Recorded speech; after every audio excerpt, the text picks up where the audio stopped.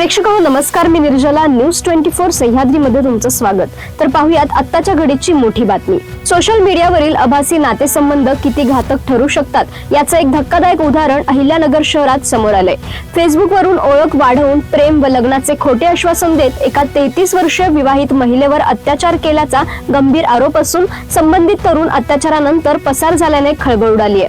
कोतवाली police ठाण्यात दाखल फिर्यादीनुसार जालना जिल्ह्यातील राजू भाऊराव काकडे उर्फ सुनील पटेल या तरुणाशी पीडित महिलेचा फेसबुकच्या माध्यमातून संपर्क झाला. सुरुवातीला साध्या संवादातून सुरू झालेली ओळख पुढे मैत्रीत आणि नंतर प्रेम संबंधात रूपांतरित झाली. तुझ्याशिवाय राहू शकत नाही, तुझ्याशीच लग्न करणार अशा भावनिक पद्धतीने तरुणाने महिलेचा विश्वास संपादन केल्याचा आरोप करण्यात आलाय. पीडित महिला विवाहित असून तिला 4 मुले आहेत. पती व कुटुंबासोबत राहत असतानाही सोशल मीडियावरील सततच्या संवादामुळे संबंधित तरुणावर तिचा विश्वास बसला.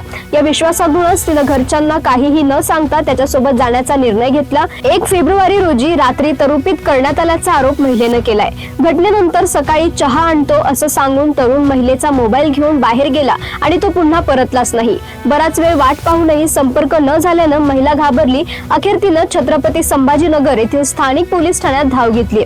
दरम्यान महिलेच्या पतीने कोतवाली पोलीस ठाण्यात मिसिंगची तक्रार दाखल केली होती. कोतवाली पोलिसांनी पीडित महिलेला ताब्यात घेऊन सविस्तर चौकशी केली असता प्रेम व लग्नाचे खोटे आश्वासन देऊन फसवणूक व अत्याचार झाल्याचं स्पष्ट झालं. त्यानुसार राजू काकडे याच्या विरुद्ध गंभीर स्वरूपाचा गुन्हा दाखल करण्यात आला असून तो सध्या फरार आहे. पोलिसांकडून त्याचा कसून शोध सुरू आहे. या घटनेमुळे सोशल मीडियावरून निर्माण होणाऱ्या आभासी नात्यांमधील धोके पुन्हा एकदा समोर आलेत. या बातमीसह इथेच थांबतोय, मात्र तुम्ही पाहत राहा न्यूज 24 सह्याद्री.